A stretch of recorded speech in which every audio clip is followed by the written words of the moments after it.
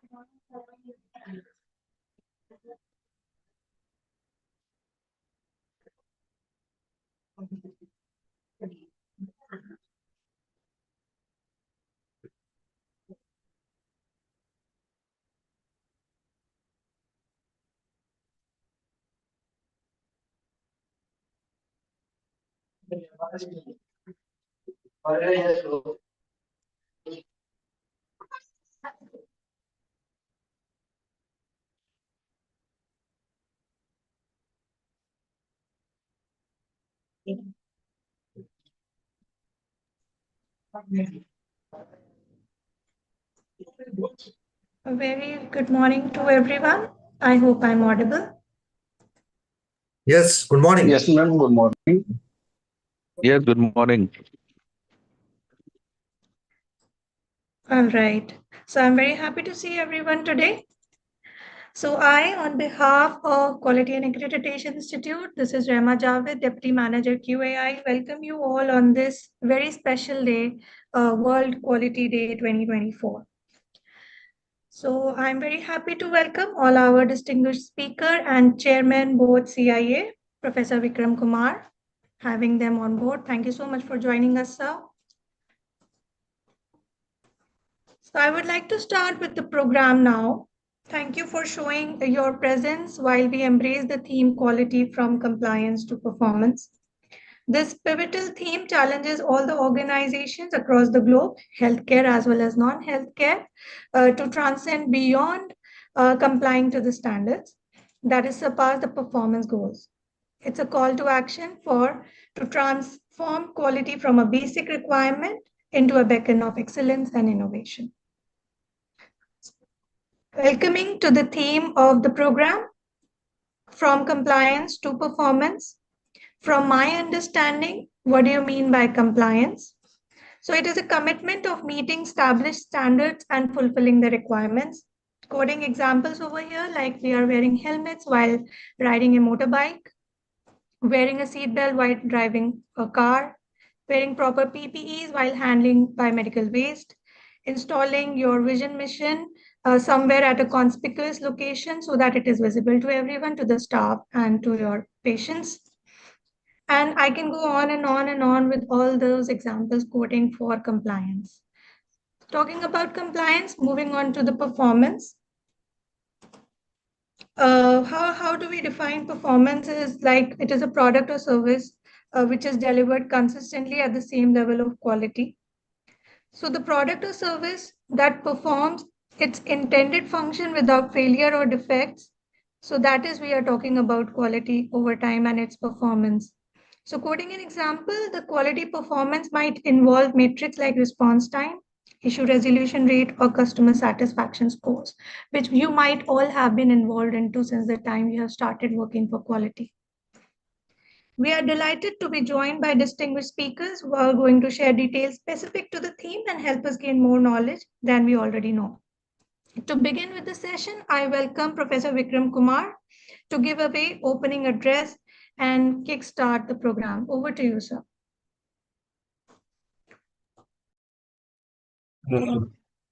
Thank you, Rema.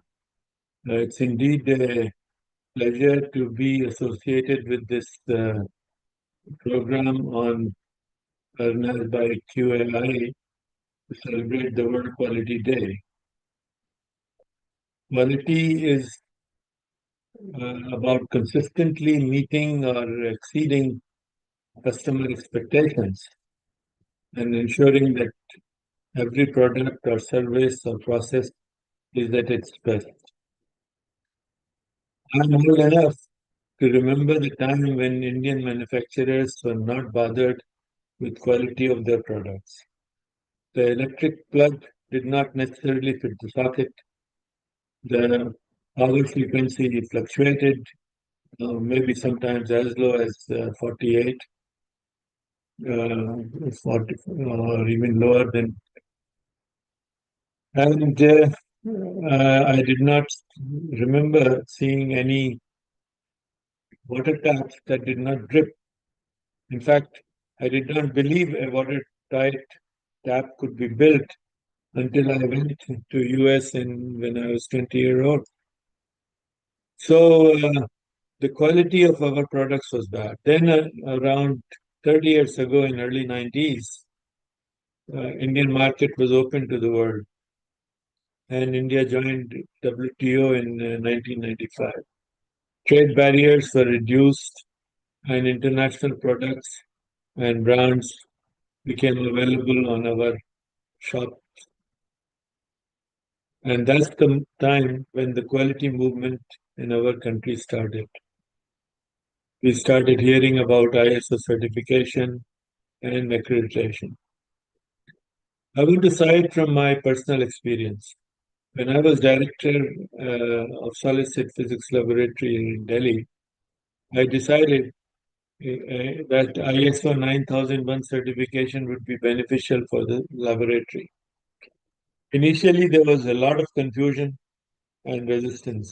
People wondered how can you, a research lab, have ISO certification, which required following certain set procedures, whereas the laboratory research requires flexibility.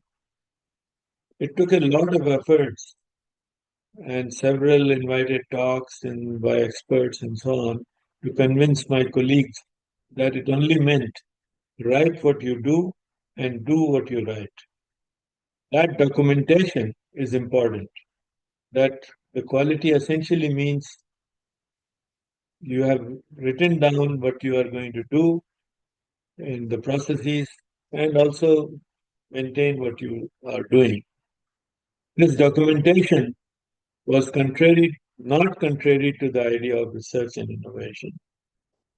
In fact, it was beneficial for research and innovation. So we started the formal process in 97 and got ISO 9001 certificate from STQC in winter of 1999. In this process, all the tools and instruments in the laboratory got calibrated, which had never been calibrated earlier. This calibration is extremely important for every service, everything that we do. So the documentation was strengthened and interdepartmental cooperation also improved. I'm glad to note that the laboratory has continued to maintain its status in certification. Later, in 2003, when I joined NPL, I had the opportunity to get the quality documentation completed there so that NPL could comply with the requirements of international metrology institutes and fulfill the BIPM MRA requirements. And that has, of course, is essential for the country as NPL is the National Metrology Institute. So extremely important thing to have this documentation. So quality essentially means write what you do and do what you write. And the performance also has to just do this. And accreditation and certification serve as a formal recognition that an organization meets the predefined standards that what they have written, what they are going to do, and they continue to maintain this documentation. It's a rigorous process where an external body evaluates an organization's adherence to these criteria. This process ensures that institute maintained high standards of their performance, reliability, and trustworthiness. That's the compliance. This compliance means make sure that we are doing what we are supposed to do, meeting standards and keeping our promises. Compliance is essentially for maintaining documentation and maintaining credibility and quality. So the organization must also continuously work for innovation and improve its products and services so that it can stay ahead of the competition and continuously improve its product or service and continue to satisfy the customer's high expectations. This requires training. Continuous learning is key to staying updated of his training of his staff. Continuous learning is essential. And then understanding and anticipating customer requirements and needs and customer focus has to be there to continue to improve its performance and maintain its high standards. Thus, the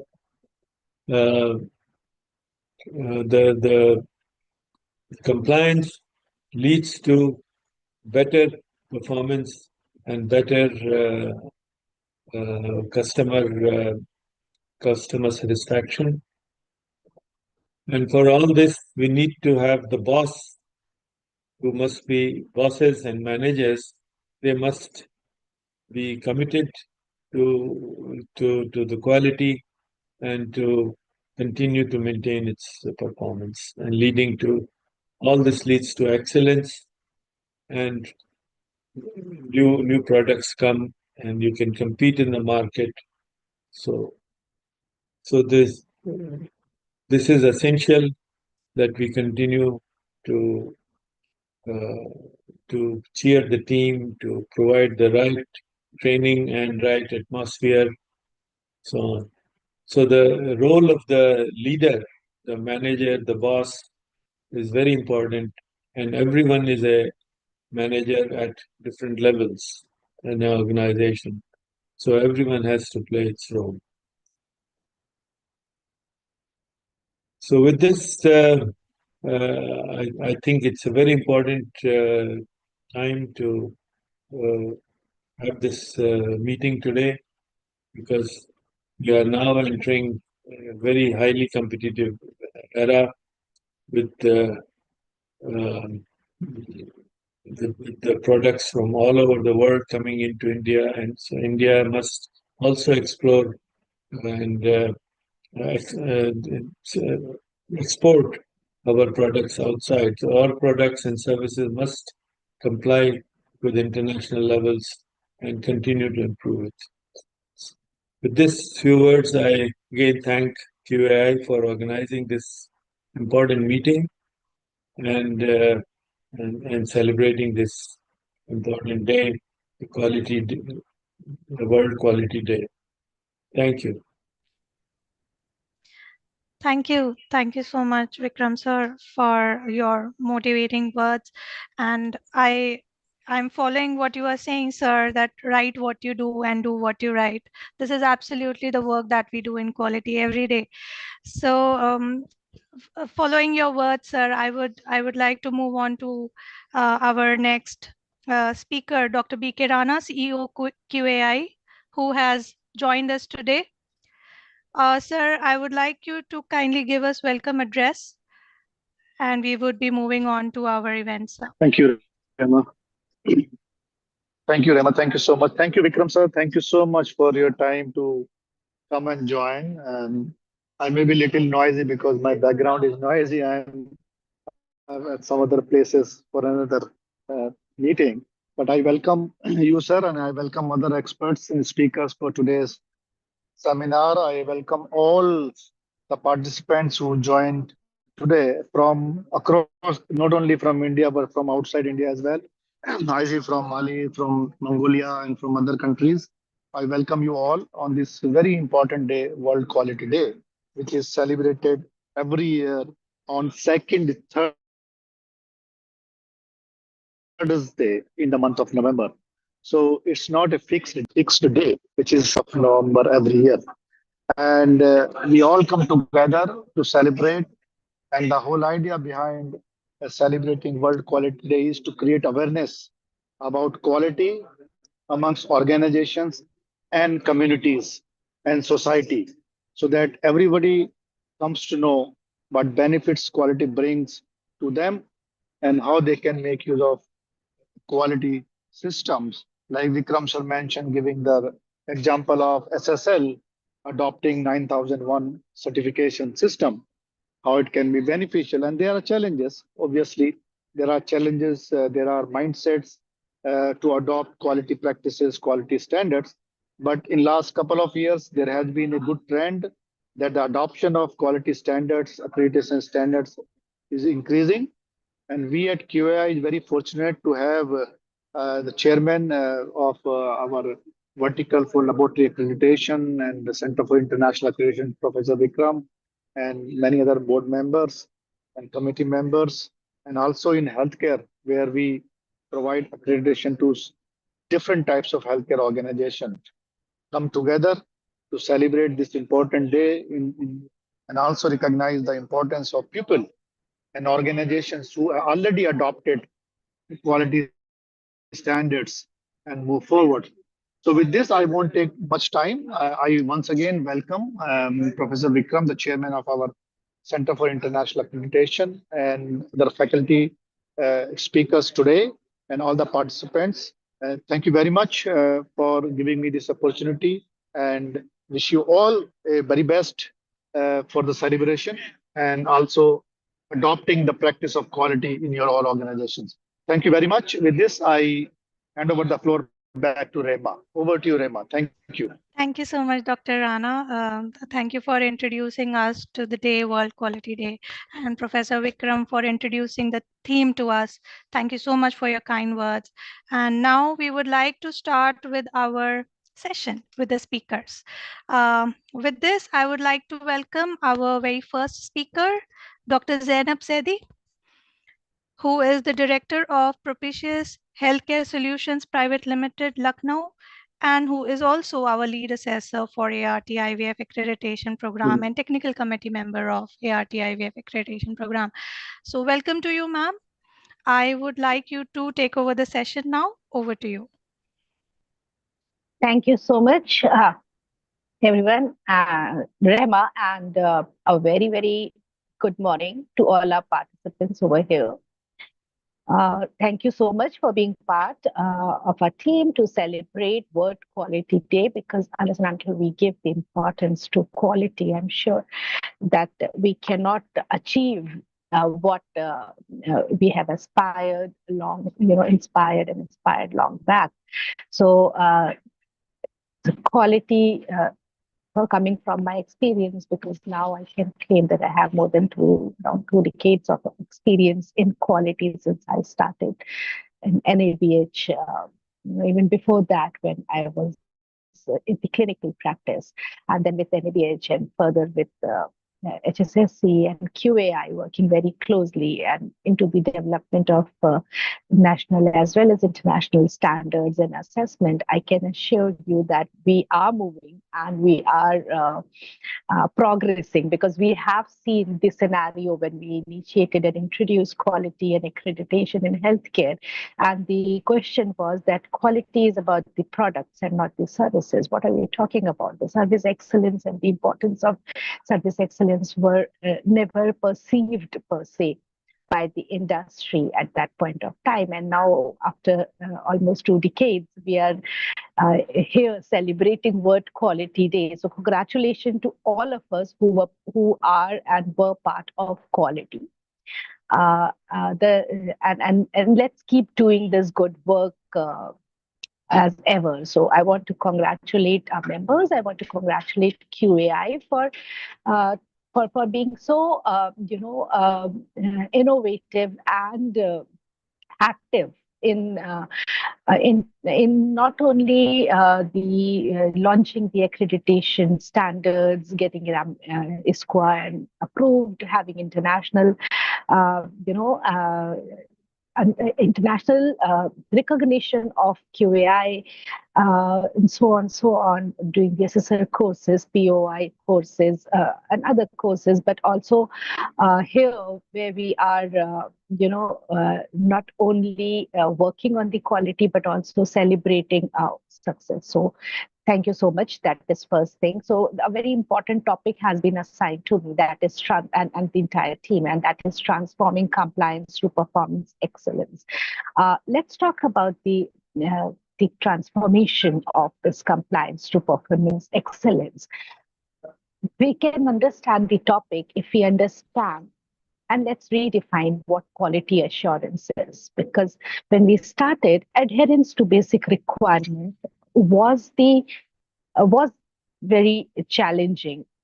Not having the right licenses available, the authorities not recognizing importance of accreditation, the driving forces were not very active, per se, the empanelments, the insurances, and the service excellence, the international patient management, and medical tourism. Those were not the focus areas when we started with the quality. The industry was not sensitized on that. So at that point of time, the quality assurance was the compliance to standard. And then we moved to second step, which is compliance to transformation.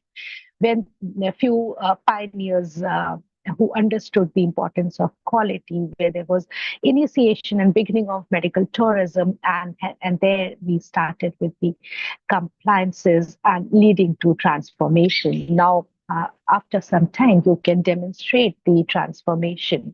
So once you start complying to the standards, to the requirement, the transformation is visible. You can then talk about the transformation. However, what we are talking right now today in this forum is a continuous compliance leading to service and performance excellence. So now, with accreditation in place for many of our organizations, as we all know that currently in India, more than 1,000 hospitals are already accredited. More than 55 hospitals are internationally accredited as per international standards. And this number is keep moving. So here we are moving towards the performance excellence, and it's important that we understand how the compliance will help us out in the excellence of our service, of our performance, and how can we measure that and project that and streamline and project that strategically to improve our business. That is where we are standing right now while celebrating the World Quality Day. So for transformation, the foundation for quality assurance is important. So quality assurance ensures that you adhere to regulation, licensures requirement, effective policies and procedures are in place. So you measure patient outcome. There is a staff satisfaction. There is patient satisfactions, and there is also identification of certain risks and policies and procedures for mitigating those risks. So there are selected specified standards which we comply with, which we try to customize and ensure the adherence to quality assurance. While we move to second step, which is compliance to performance excellence, let's understand that we have to now maximize our value for quality assurance. I believe that we need to have more innovations and technology centric approach. We need to formulate committees or teams in our facilities and look into the customer centric quality. We have to integrate ethical environment, social responsibilities, leading to performance excellence. We have to focus more on the staff development and excellence in training and continuous growth of our people who are taking us, who's taking up quality and who's actually implementing quality at the basic level. The most important thing is, while this transformation is there, how to get started. So here we have to understand that there are certain fundamental questions which we need to pose in our organization in all areas of compliance and the risk management. So the most important thing is what to eliminate. So we start with the elimination factor. Let us identify. Let us transform. Let us begin with toward our steps toward performance excellence by identifying and eliminating certain ill-conceived processes. You need to sit, review, form a team, review, identify, review, and then maybe mitigate and eliminate those the processes which are threat to the excellence. Second important is what to automate. So we know that we are moving with the in this technological era with the AI and digitalization in place. We have themes like Abha coming in, where we are talking about EMR. EMRs of the patient on the digital format available to patient as well as different doctors in an app. So government, has already launched and the programs like Abha. The digital health is in. We're talking about smart cards. We are talking about various applications which are available for managing your human resource, for your third party services, for your alarm system and risk identification. So technology is evolving and we need to be updated and keep up and keep innovating and automating our system and our self and our processes to achieve the performance excellence. Important is now we have seen it has been observed and there are certain studies which has shown that outsourcing we all know is also very much in. So there are experts available in the industry to do certain activities and we don't need to develop those experts within the facility. If you can hire or you can outsource certain parameters and get those things those services or those processes in place. So, just have a quality assurance check on these outsourced activities. So we might need to identify and understand what to outsource, and let's start giving it a thought, and let's not own everything ourselves as a healthcare, as a clinicians, as a clinical excellence experts and the quality experts in the clinical excellence and healthcare. We may need to outsource few of our administrative activities to the other experts available in the industry. And then what to staff hiring and staff plan, hiring plan and staff requirement, whether you need senior staff, junior staff, whether you need a particular skills and how to train them is important to achieve performance excellence. Because we all believe, and I understand, and we have learned that the success factors are first infrastructure and technology, processes driven approach, people who would be implementing these processes and technology, and the most important, leadership. So remember that driving quality excellence always starts with the leadership. It's important for the vision, having a vision of excellence. The leadership is important for allocation of resources. The leadership is important for rewarding quality achievement and also encouraging quality beyond accreditation and leading to performance excellence.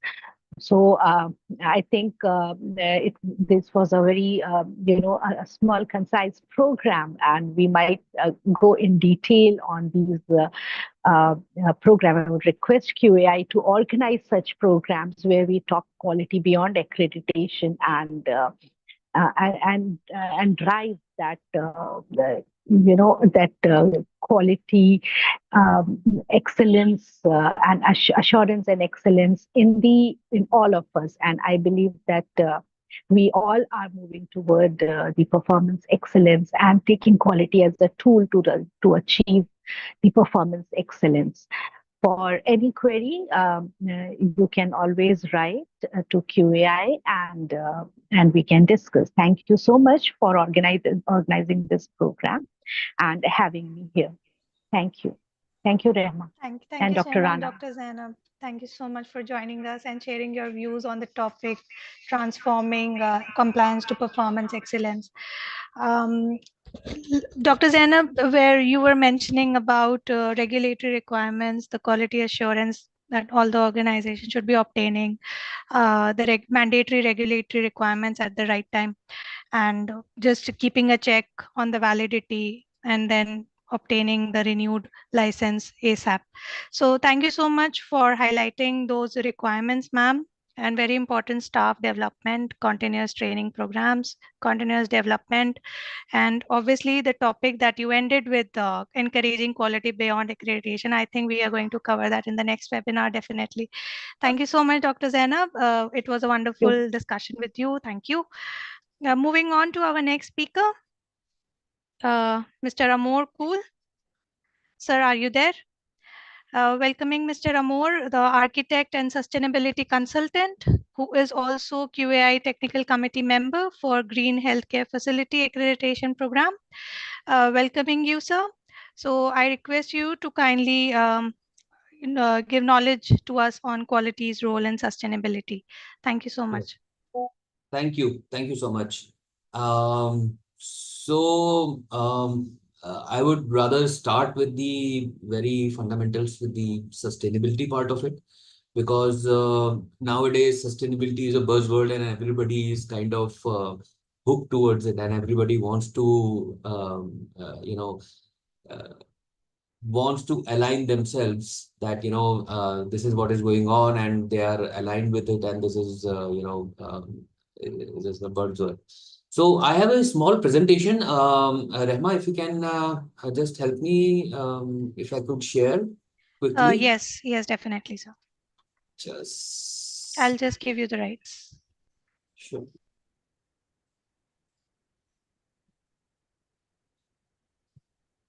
You do it now?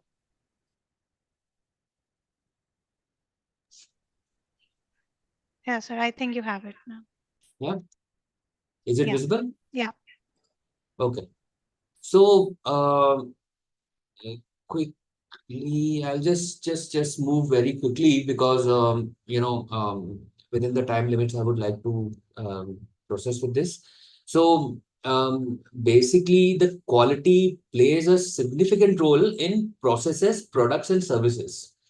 So whatever you want to achieve in sustainability, it has to be the sustainability aspect has to be aligned with the processes and products and services, especially processes.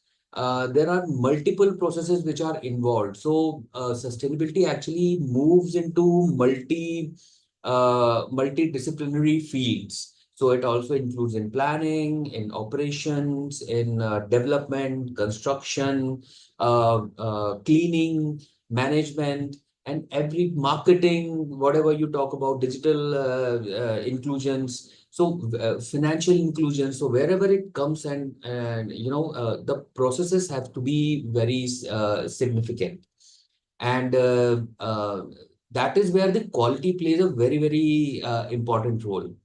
So we know what sustainability is, and it has been told, that this definition is very popular, and everybody, just have this understanding with the sustainability part of it.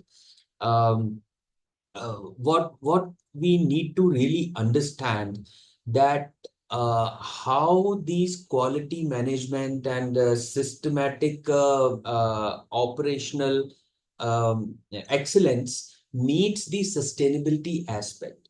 So I've tried to include some of the very critical aspects within the sustainability realm, which influence which is influenced by this quality part of it.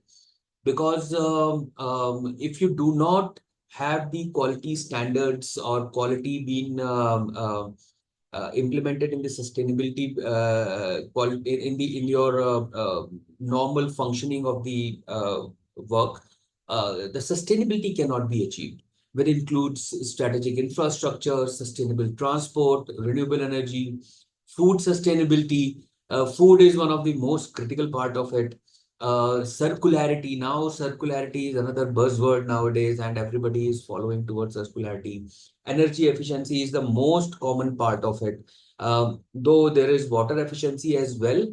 I have not added it because again, the part of it is included in the strategic infrastructure. So infrastructure and water and all those things are kind of aligned with each other. So, the high quality standards promote energy efficiency, recycling, and extended product life. So so what happens most of the time that we encourage that, reuse of the material or recycled material. So, in one of the conversations I remember with my procurement team, I told them that, you have to procure steel with recycled content.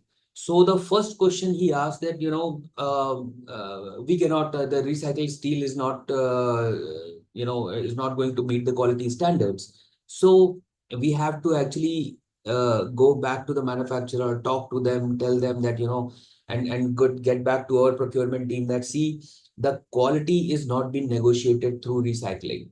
So until unless the quality part and the standardizations and the systems are not very much aligned, the hesitation or the sustainability part of it could not be upheld. Everybody has everybody wants to do sustainability, but they want to do it within their within that distance that, let's not get into the more critical part of it or the structure part of it. Until unless we prove that the quality of the material, the quality of the systems, the processes are up to the mark, sustainability cannot be achieved in letter and spirit. Otherwise, we've been hearing a lot about the greenwashing and what's happening, and this is what is the documentation is being done, and that's it. Until unless we follow the quality part of it, the sustainability cannot be achieved.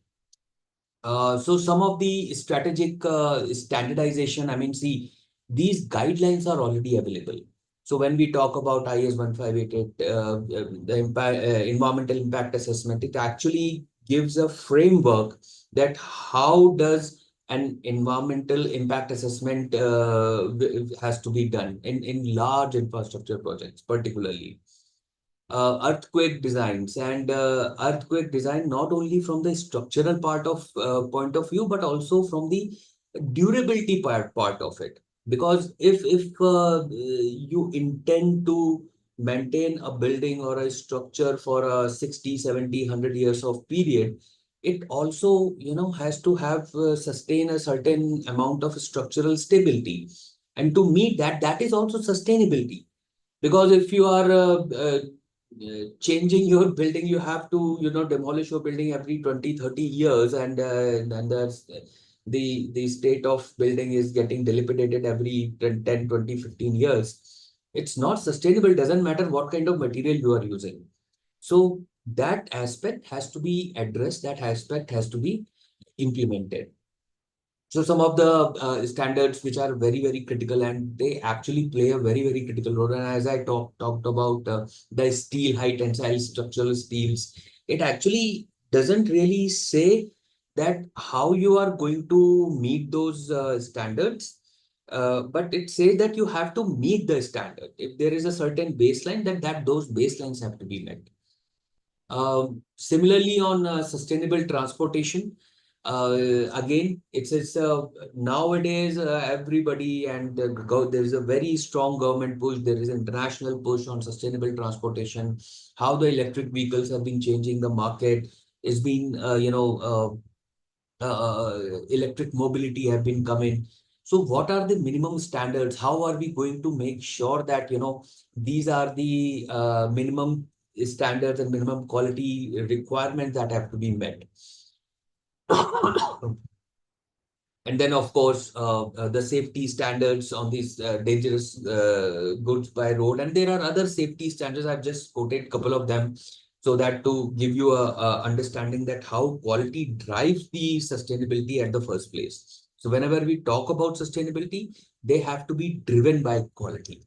It cannot be done, on an individual basis. Renewable power.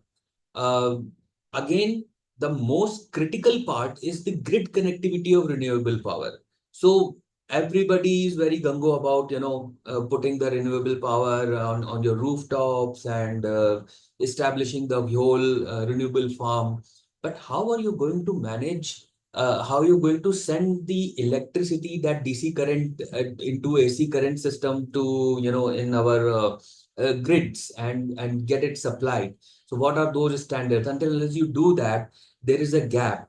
Until unless you meet those quality standards, until unless you meet those specific requirements, the sustainability remains incomplete, and it cannot be sustainable until unless it is viable. Viable in terms of doing the or implementing the things, and economically as well. And quality, sustainability work hand by hand. They are all part of one aspect. Energy management systems. I mean, it has been practiced throughout.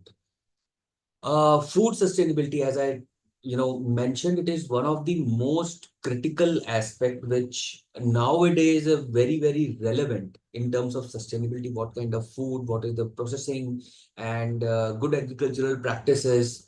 And again, water supply, that I told that, some of these water aspects are being included. So we talk about the quality of food, we talk about quality of water, and until unless these things are met, you cannot achieve sustainability. So that is the role. I mean, I don't know how to more critically or more emphasize on these aspects from the sustainability part of, from the quality part perspective. Again, recycling, circularity. Nowadays, we are talking about, circular business and circularity in value chain or procurement systems. How are you going to make it? What are the specific standards? How are you going to minimize or standardize the minimal requirement from the quality perspective? That until unless you meet those quality standards, you cannot actually achieve sustainability. That is for sure. IS 456, again, you'll see a lot of very standards that, I'm talking about, which are practiced in our daily lives. And until unless you meet these requirements, you cannot achieve sustainability. Sustainability is not about, is really not about ticking out or publishing a report or publishing a BRSR requirement. It is actually about how you are implementing things on day-to-day activity. And sustainability is a day-to-day activity. It has to transform your daily lives. And unless we are able to do that, there will always be a gap. And of course, energy management. Energy is very, very critical in terms of the greenhouse gas emissions, from energy, from cost, from every aspect of sustainability. Because when we talk about sustainability, energy comes automatically within the ambit of it. And we talk a lot about energy efficiency in electrical and thermal use, efficiency in buildings and energy management systems, which are very, very extensive. It requires a lot of things which are complicated and to be dealt with. So with that, my submission would remain that, when we talk about sustainability, the quality has to be the subset of it. Until unless you meet the quality requirements, the sustainability cannot be achieved at the first place. So with that, Rema, over to you. Thank you. Thank you so much, Mr. Amol. It was a wonderful presentation. And yes, the topic that, yes, sustainability is a buzzword. The start was itself tremendous. And thank you so much, sir, for helping us go through all those topics: infrastructure, food sustainability, energy efficiency, as this is what we are talking about every day as we are developing accreditation standards. Thank you so much, sir, for your time today. And with this, I would like to move on to our next speaker, Dr. Shalini Nalwar. Welcoming her, who is the co-founder and director of ICAT Air Ambulance Services Private Limited, and who is also our technical committee member for Medical Transport Organization Accreditation Program. Welcoming Dr. Shalini, and we would like to hear from you something about a culture of continuous improvement. Thank you so much. Thank you so much, and congratulations to all of you on this a very significant day for our medical world. And I've just landed in Shillong. I'm sorry, I'm connecting from the car, heading to the helicopter and small aircraft summit, the national summit. Minister is also, sorry, the civil aviation minister is also attending along with the chief minister.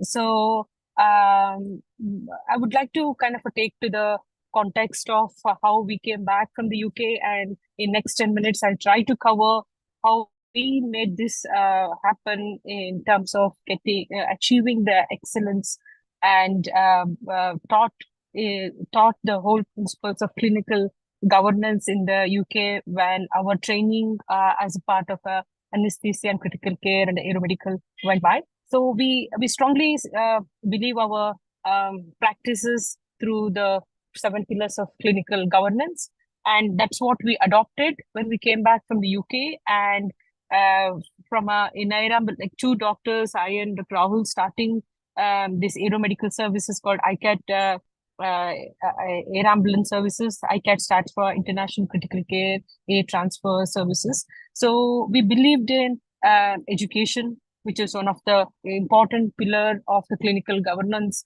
to have that quality and excellence. Education and training as a very first step.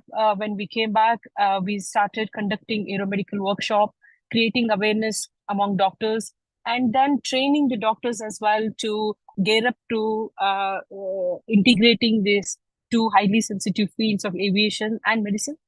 So that when we started doing the aeromedical workshop, a lot of hospitals and transplant teams came forward to give us this opportunity in India, what we learned back in the NHS, and come and implement it here, because we believe NHS is one of the best healthcare systems, which is purely evidence-based, good, best patient care and good medical practice. Adhering to all our training here, we followed the similar protocol and SOPs and guidelines of Intensive Care Society and Association of Anesthesia of Great Britain and Ireland, that is AAGBI guidelines. So it was easy for us to bring in our training and education and impart here in terms of providing the similar service. Then we went to the second step of being clinical effectiveness. So with the given limited resources, we started getting the best equipments. Again, we standardized the entire equipment, adhering to the aviation laws and regulations of having airworthy equipments, and then training people on that, standardizing the equipments across all our bases. So we have a base in Bangalore, Bhopal, we have our office in Mumbai, we have Mysore, Maldives. So we started kind of literally replicating the same sets of equipments. Again, in our training program, we have a half-a-day session on kit dump, that is how to pack and unpack. This is purely to reduce errors and have avoid the near misses. So the education and training, where we launched a training program called FAM, Fellowship in Aeromedical Sciences, jointly with the UK. Fortunately, Dr. Neil Durge, who is the clinical governance head for the London HEMS and KSS HEMS and East Anglia EHART, he came on board as our clinical lead for the training program. So we could bring in a lot more effectiveness. If you look at the Formula One, where we have the best checklist available, much better than the aviation. We literally adopted those principles. Like I think we all are aware about the WHO checklist. So similarly, we brought in the practice of having checklists for every single step, because aviation is extremely dynamic, and the patients we deal with are also very critical in terms of, if you imagine the most critical patient being airlifted in India, it is who's doing that, because we have done so far nearly 295 ECMOs in the last 3 years. So there is absolute for error. So this is zero tolerance for not having the checklist. And then the training, like, training of the staff, in continuous training, like, continued medical education of running multiple drills across all the bases, and also bringing in the protocol oriented work, where we can reduce this mistakes when we do work in a very dynamic field, like, aviation, for example. Every minute things can change, including the climate, the airports we land in, the airport we take off, the receiving hospitals, the referring hospitals, the teams we work with. So every minute it's different. In such a field of standardization, bringing standardization was a bit of a challenge, but still we managed it. And until today, we have had the zero or no mortality on board. I think it is purely because we adopted the 7 pillars of clinical governance. It really the, like, other pillars, if I can talk about staff management, empowering the leaders. During COVID time, we used to get 300 calls a day. We were doing 5 ECMO initiations and airlifts across India, and it required a lot of logistic support. So we had to build teams and train them, and be very, very effective on CRM, that crew resource management, both the aviation crew, medicine crew, medical crew, ground handlers, including the CRPF or the police at the securities at the airports.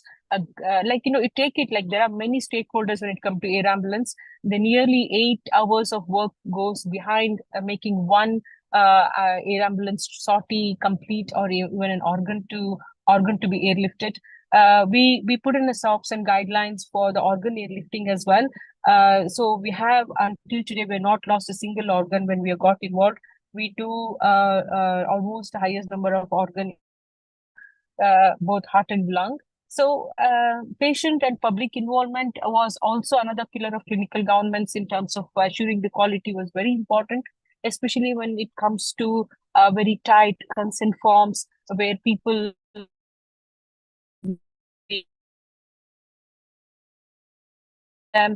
made a huge difference.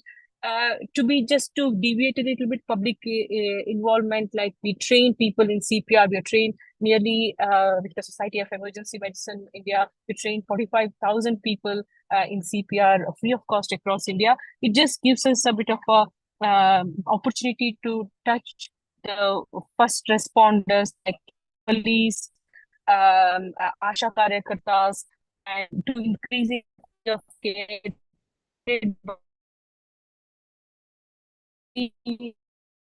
with as although 80% of our patients are middle class, like people think we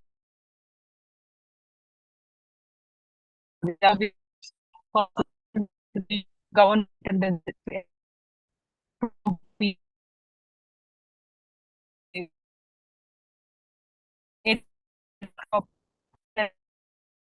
hall with the entire equipment. The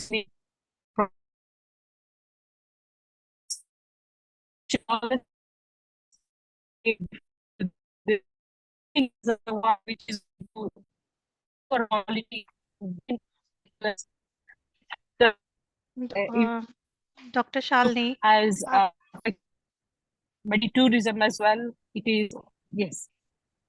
yeah, ma'am, your voice is breaking a lot, actually continuously, ma'am.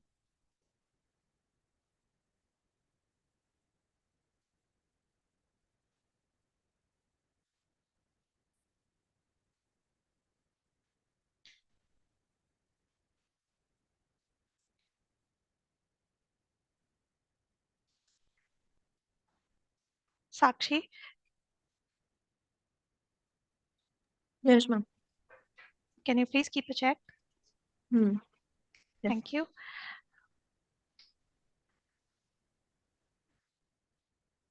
So yes, Dr. Shalini was sharing her personal I think I experience. just Yeah.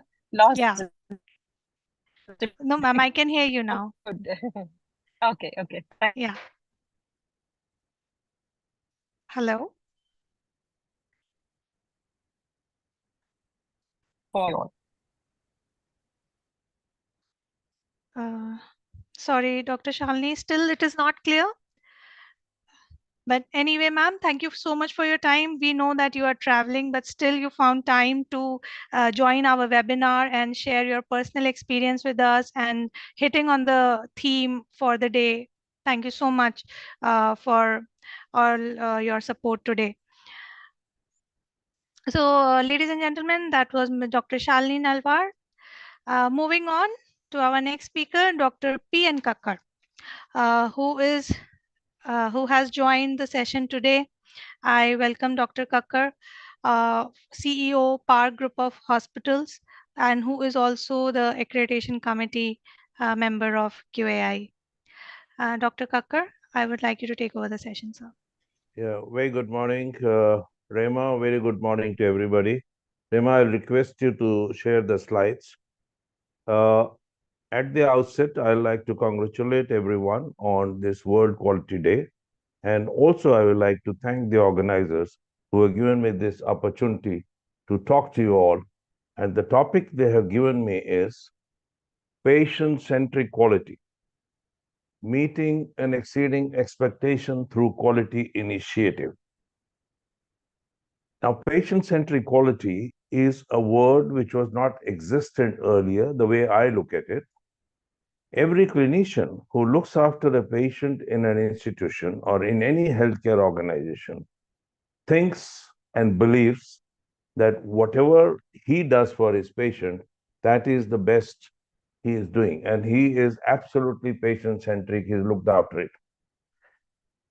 But contrary to that, sometimes the experience of the patient is not positive overall, although he might be having the best of the healthcare received from his doctors and even from nurses, but sometimes the experience, the positive experience might be missing. And that is what is the background of this topic, patient-centric quality, meeting and exceeding expectation through quality initiative. So next slide, please. Now, what exactly is a patient-centric quality? This is what it is, an approach which actually prioritizes the patient. It associates the values of the patient, the preferences to deliver a high quality, safe and effective care. Now, actually, it has to be an approach where you develop an individualized care for every patient. Patient is given due importance. You got to actually understand what is the background of the patient, what are his expectations, what are the good feelings he has in this institution, and what are the bad feelings. Based on that, you have to develop a personalized and individual care for that patient.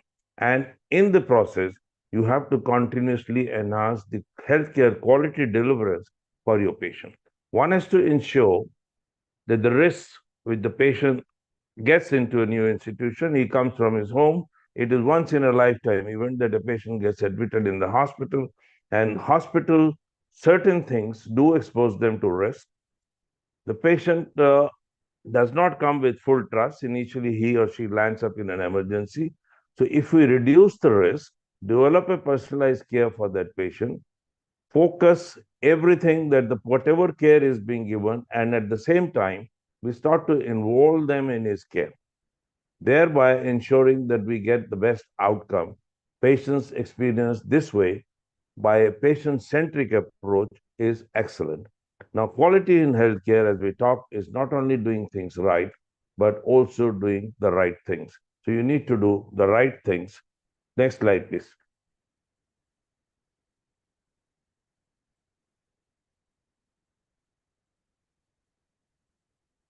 Now, why patient-centric quality initiative matters?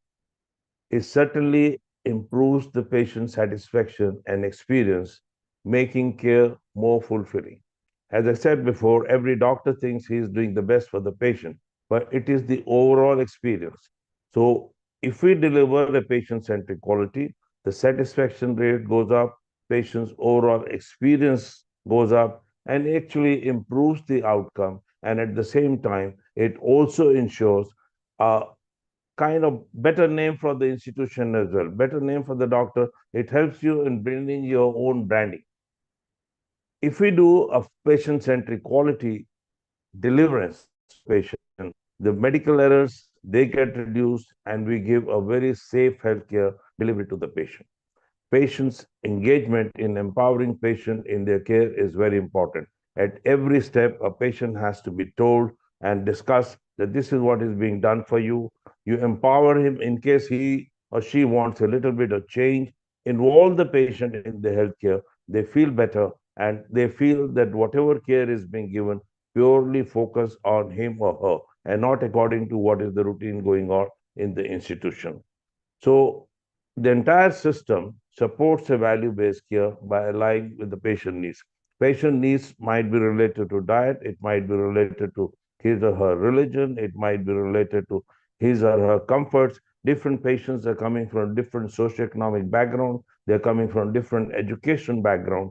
And if we focus them and involve them in their care and deliver a more personalized care, patient satisfaction and the outcome is always better. Next slide, please.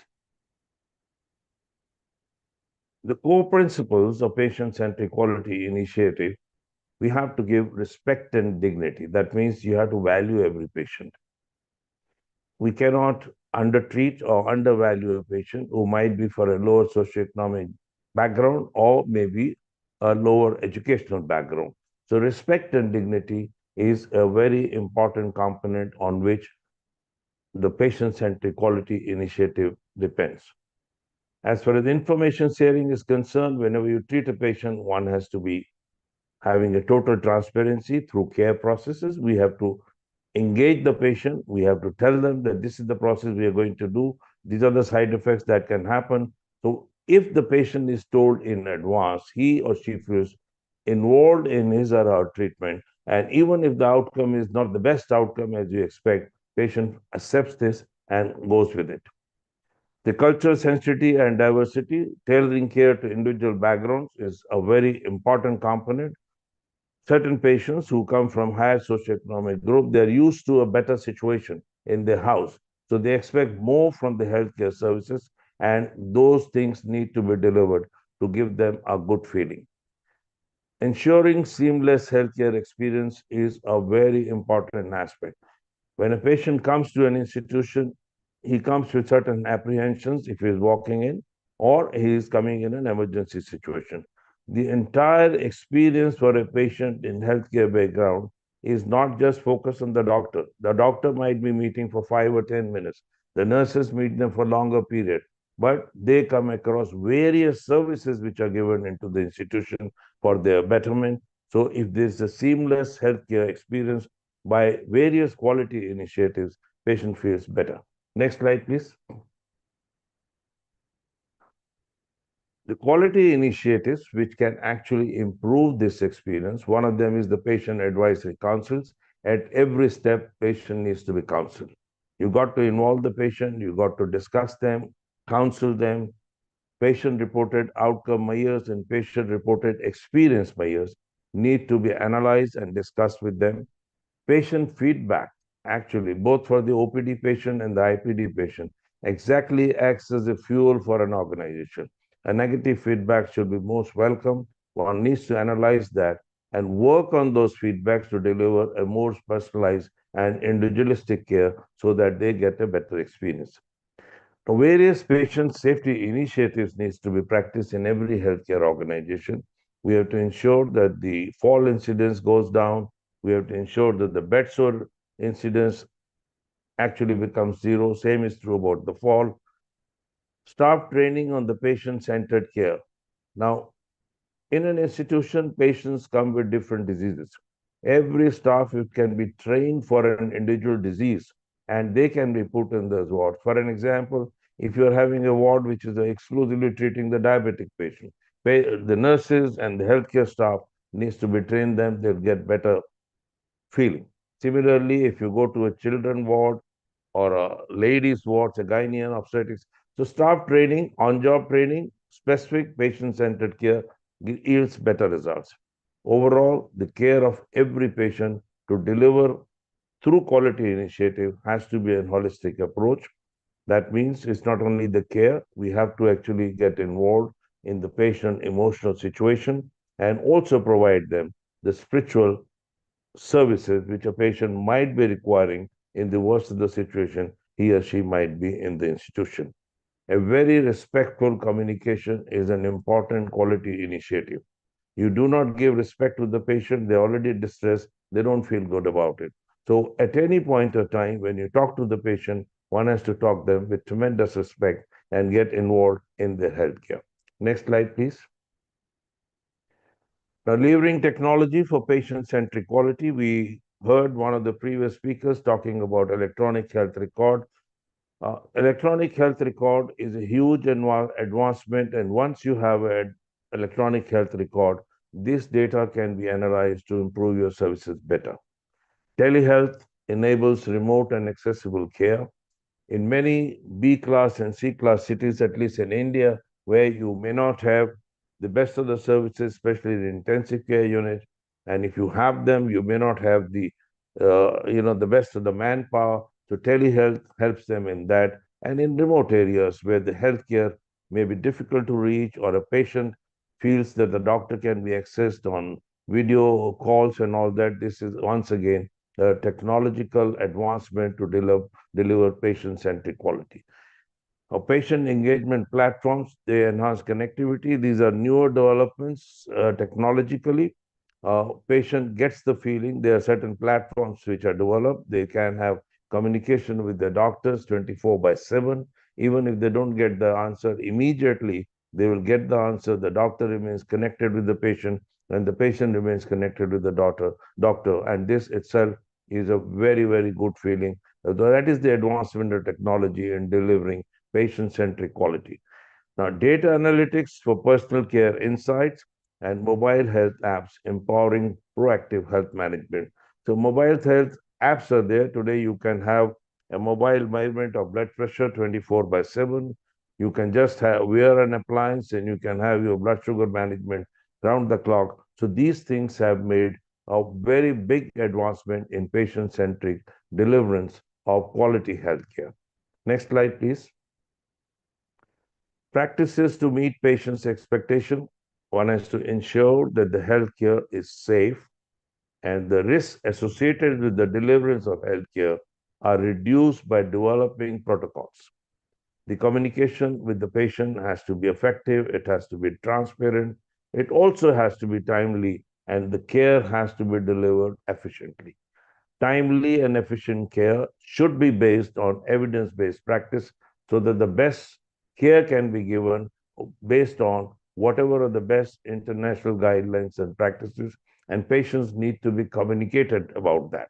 So once patient is communicated about that, they feel that they are getting the best care, their overall journey in an institution is good, and they feel safe, and the trust develops between them, their doctors, and the institution.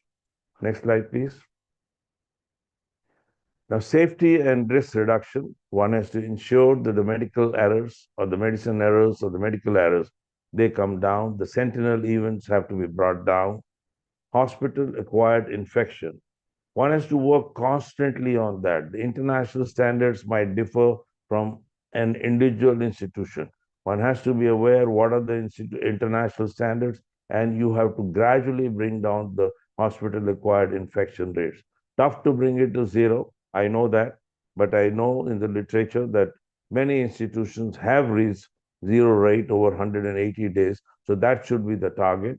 One has to ensure that the fall incident doesn't take place in the institution, though even today it does take. One has to manage medication safely. Hand hygiene incidence has to be brought to as high as possible at all levels, whether it's the nurses or the doctors or any patient. Patients need to be educated. If you educate a patient, especially a child, or even an adult for that matter, and they are told that if anyone in the hospital, be it a nurse or a doctor, comes to examine you and touches you, if you can tell them that please use hand hygiene. So this is how a safety and risk reduction actually comes down. One has to work very hard on preventing adverse drug reactions, the adverse drug experiences, and food drug interactions. Next slide, please. Effective communication, as I said, is a very important component of delivering patient-centric quality. There has to be a clear explanation. The diagnosis has to be told to the patient, and the event of any drugs to be given or any procedure, any side effects, if the patient is updated in advance, it delivers a better care and patient trust develops better. The regular updates on care plans has to be given. Sometimes your care plan might change. Patient has to be briefed at every aspect. The healthcare workers, be it the doctors or the nurses, they have to become active listeners. It's important for them to listen to the patient is demanding, and one has to respond to the patient concern in a very positive way. So collaborative communication among healthcare teams is once again important. Sometimes multiple disciplinary approach is required for the patient. And when the multiple disciplinary approach happens, each unit has to talk together and deliver the communication with the patient as to what exactly is the outcome or what methodology they are going to use for treating the patient. The proper doctor and nursing handover is once again a very important component. Doctors and nurses, they work in a shift in an institution. So when they finish their shift, they must hand over. It has to be a physical handover and a written handover from one doctor to the next doctor on duty, and same happens to the nurses. And when it happens in front of the patient, it gives them a different trust and feeling that they are getting the best in this institution. Next slide, please.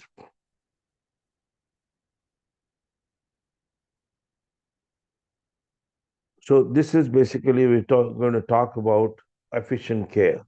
One needs to timely and efficient care. You need to be marrying your TAT time in every aspect. So one has to assess what is your TAT time, and then make an attempt to reduce that waiting time so that the patient's overall experience in the institution is very good. Streamlining admission and discharge process is one of the most important components in delivering timely and efficient care. Admission, patient gets the first impression. Everything might be given in the best possible way, good healthcare, a good experience, but a bad discharge process leaves a bad taste in the patient.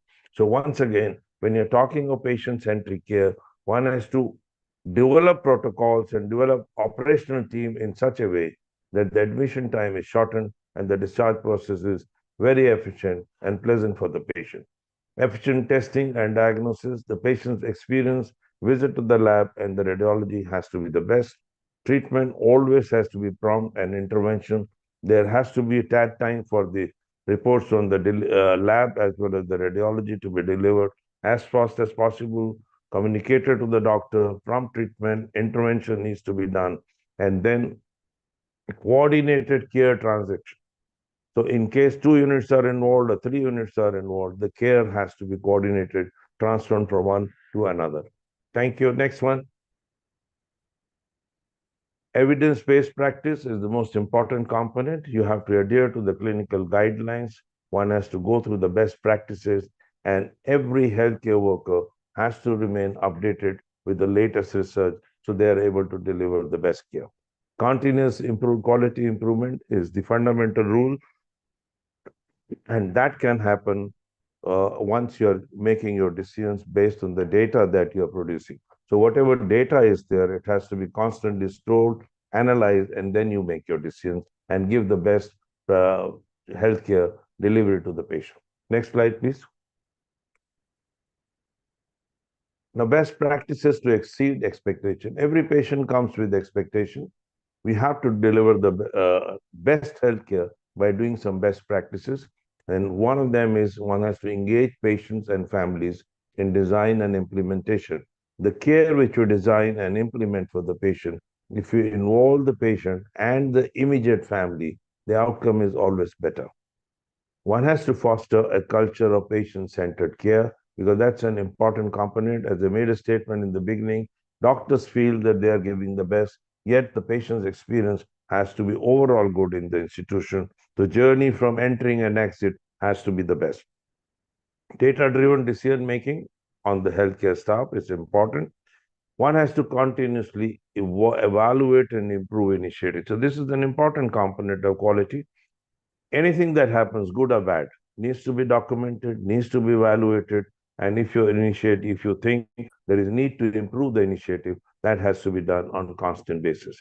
Collaborate with multiple disciplinary teams, once again, an important component. On-job training for the staff and the supporting staff is once again very important, and events may happen, incidences may happen. The staff has to analyze that and get better trained to deliver better healthcare next time to the next patient. One, at every step, one has to ensure that there is a transparency and accountability. If you're not transparent, patient develops doubts, and the staff also needs to be accountable. Next slide, please. Thank you very much. I think that is what I wanted to convey. So the topic that was given to me basically is the patient-centric quality deliverance. And I hope I have been able to say that because the audience here itself is experienced. So I think I have done my job the way I was expected. So Rema, back to you. Thank you. Thank you so much, Dr. Kakkar. Yes, you mentioned it right that you have covered all the areas that were very essential to be known to the audience today and wide. That what patient-centric quality is all about and what all parameters to be kept into mind to maintain the quality.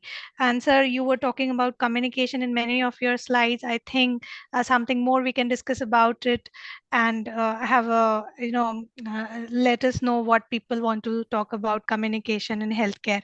So thank you so much, Dr. Kakkar, for joining us. And I would like to move on to our Thank you. last speaker for today. Last but not least, Mr. K.N. Mishra, who is available with us today. Excuse me? Yes. Yes, yes. Can I ask a question? Yes, please. Yeah, I think this question I wish to pose to the last speaker. I'm from Sri Lanka, I'm Ajita Pereira.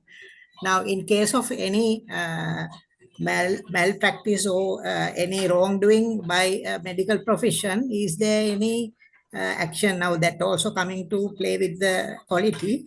So is there any action or any body, statutory body that you have in India to look into? You see, is the question is addressed to me? Yeah, yes, it's for you. Yeah. You see, every institution, every healthcare institution has an ethics committee. So if any unethical practice takes place, first of all, it is handled at the institution level. Get it? Now, once this happens, an institution is aware it's an accredited institution. So if there is an accreditation process, any unethical practice on an individual basis is looked within the institution. On the institution basis, it goes to, the council and also the accreditation agencies. If the institution is not doing ethical practice, accreditation gets compromised and medical council also can take them off. Individual-based doctors too, in case something is seriously wrong, if it goes to the council, council takes action. That's how it is.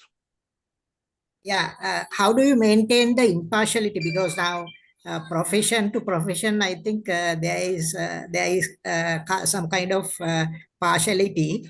So how would you ensure the impartiality in these investigations?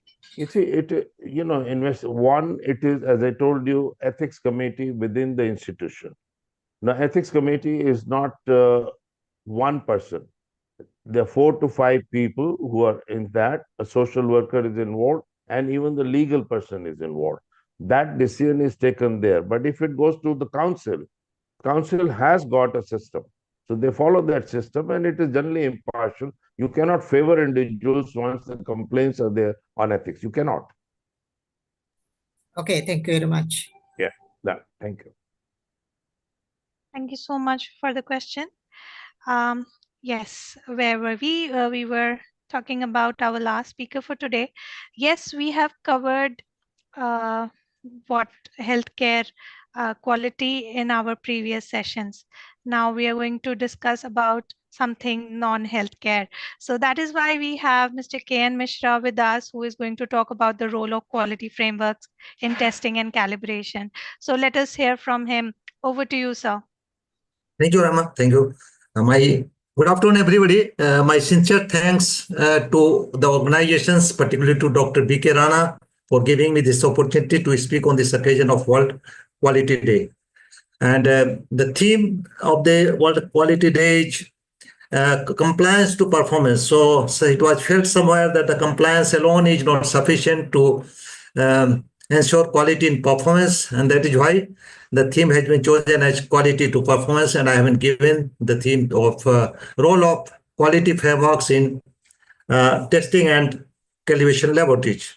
So I would like to share my slide. Now, can you please help to share me this? Yes, sir. Oh, yeah, let me choose how to. Let me choose. Okay.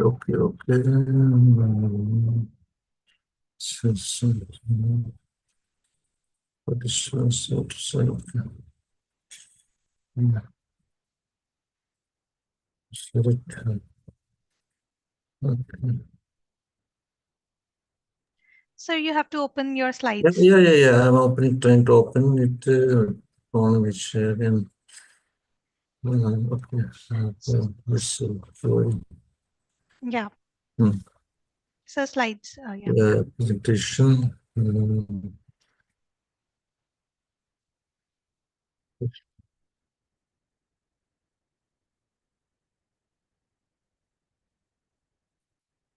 Yeah. No, it is okay. Yeah. So. Yeah. So this World Quality Day. This is the theme is from compliance to performance, and I will have to speak on role of quality frameworks in testing and calibration laboratories. So what are the quality frameworks?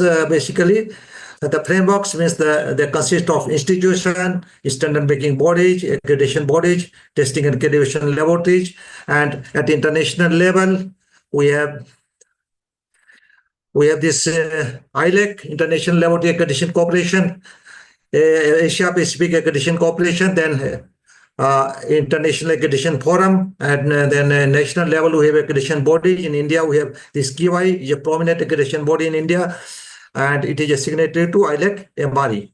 So MRA.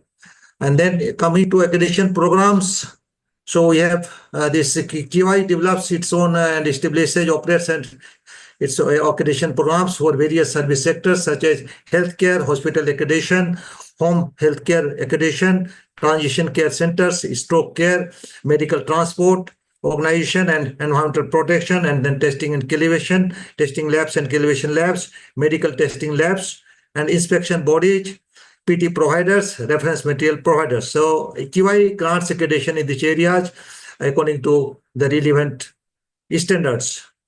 Now, what are the standards for accreditation? Most commonly, these are the standards: ISO IC 17025 testing and calibration laboratories, and then ISO 15189 for medical testing laboratories. Again, coming to ISO IC 17020 for inspection bodies, and ISO IC 17043 for PT providers, and ISO 17034 for reference material providers. So these are the accreditation which are used to grant accreditation to the laboratories in different fields. Now, what is accreditation? Basically, accreditation is an independent third-party evaluation of a conformity assessment body against recognized standards, conveying formal demonstration of its impartiality and competence to carry out specific conformity assessment tasks as per the accredited scope. So this particularly refers to specific tasks. So normally accreditation given for a specific task that is called scope of accreditation. So this This is how the quality frameworks. Now, as I told you, quality frameworks are there. There are different quality frameworks. We have institutions like ILAC, APAC, and QI, and then laboratories, testing laboratories. Then we have tools for accreditation like accreditation standards, and then accreditation processes are involved, and then independent assessors. The accreditation is normally granted through evaluation by independent assessors. And then coming to next, consumers. They are also part of the quality frameworks as far as the enforcement of quality is concerned. Now, what is the role of QI? First, National Accreditation Body, QI are the custodian of quality. I should say they are the custodian of quality in the sense that they are the people who grant accreditation, and they are responsible for ensuring that the accreditation granted according to the stipulated standards, and after assessing the competence, impartiality, and consistent operation of the laboratory. So, basic standards of competence and impartiality are maintained, and they are evaluated according to a stringent process by assessors. QI ensures that an applicant laboratory is assessed for its competence, impartiality, and consistent operation through a rigorous process of scrutiny, evaluation, and demonstration of technical competence. So that is the basis for accreditation. And again, coming to accreditation standards, basic tools of accreditation, these standards are known as sacred as Bhagavad Gita or Bible. For assessors, they have to follow the accreditation standards spiritually as far as the accreditation process is concerned. These documents stipulate general requirements of competence for a testing and calibration laboratory, and they constitute basic tools of assessment. These standards also serve to maintain uniformity and impartiality in the process of assessment. So these are the basic tools. Coming to role of assessors. Assessors play most significant role in the entire process of accreditation. Responsibility for success of the accreditation scheme mainly rests on their shoulders. Objectives of assessment can be achieved only through a team of knowledgeable, competent, skilled, impartial, and independent assessors. QI maintains a stringent process for empanelment of assessors to ensure that an assessment is performed impartially, objectively, and effectively. QI has a zero tolerance policy in respect of breach of impartiality, confidentiality, and ethical values by an assessor. To implement this policy, QI obtains feedback about assessors from multiple sources and ensures that zero tolerance policy is effectively implemented to preserve sacrosanct nature of the assessment. Coming to next, the quality frameworks within the laboratory. So the laboratory itself has its own quality frameworks. The standard provides for the framework in basically the standard 17025 incorporates a robust quality framework for maintaining competence, impartiality, and consistent operation in a testing and calibration laboratory. Clause 4.1 of this standard mandates that laboratory management shall be committed to ensure that the laboratory activities are structured and managed to safeguard impartiality. So the standard gives a quality framework for maintaining impartiality within the laboratory. Another clause 6.2.3 requires that the laboratory shall have competent personnel. The personnel means competent personnel means they should be able to perform the activity according to scope per the standards. Now coming to this clause 6.4.5, it makes it necessary that the equipments are capable of achieving the measurement accuracy. So the competence in respect of personnel and accuracy in respect of equipments are to be ensured. Another clause is there, clause 7.7.1, which stipulates that the laboratory shall implement a well-defined procedure for ensuring validity of test results.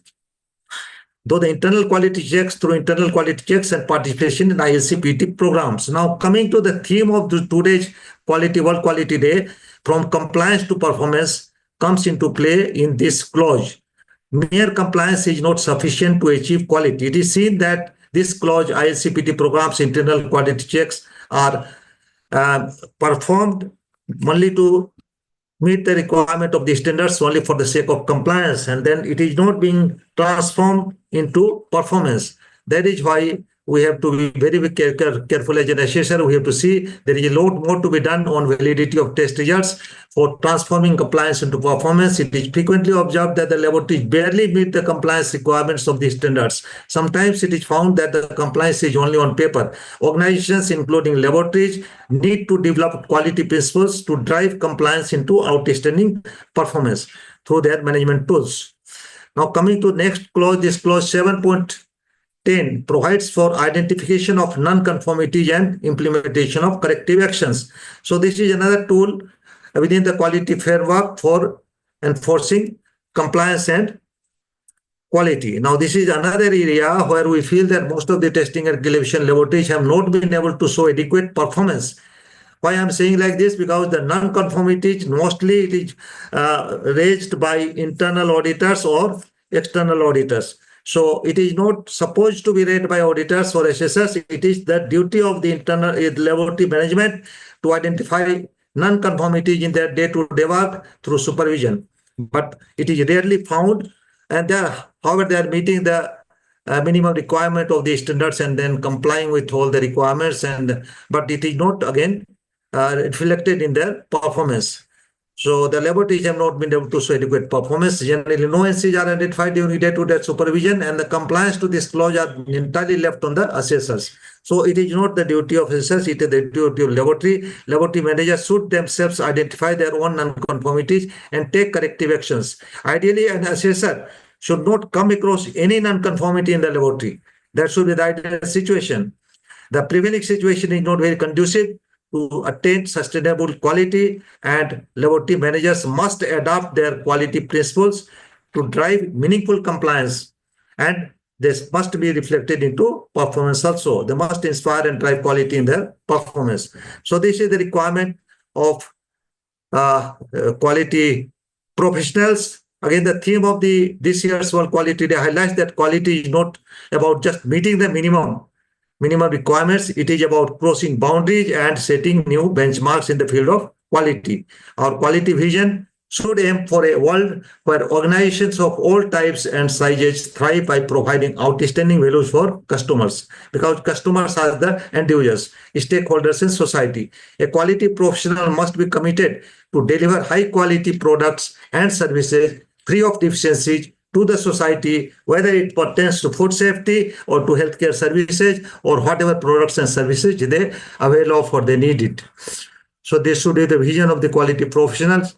Quality also has important cross links to safety in our society when it comes to healthcare services, medical diagnostic services, and transport services, and environmental protection. As Mr. Amol Kul was telling, we should have a sustainable transport system, and there should be quality should be enforced. Regular quality checks should be done, because the accidents sometimes they happen due to the lack of quality checks.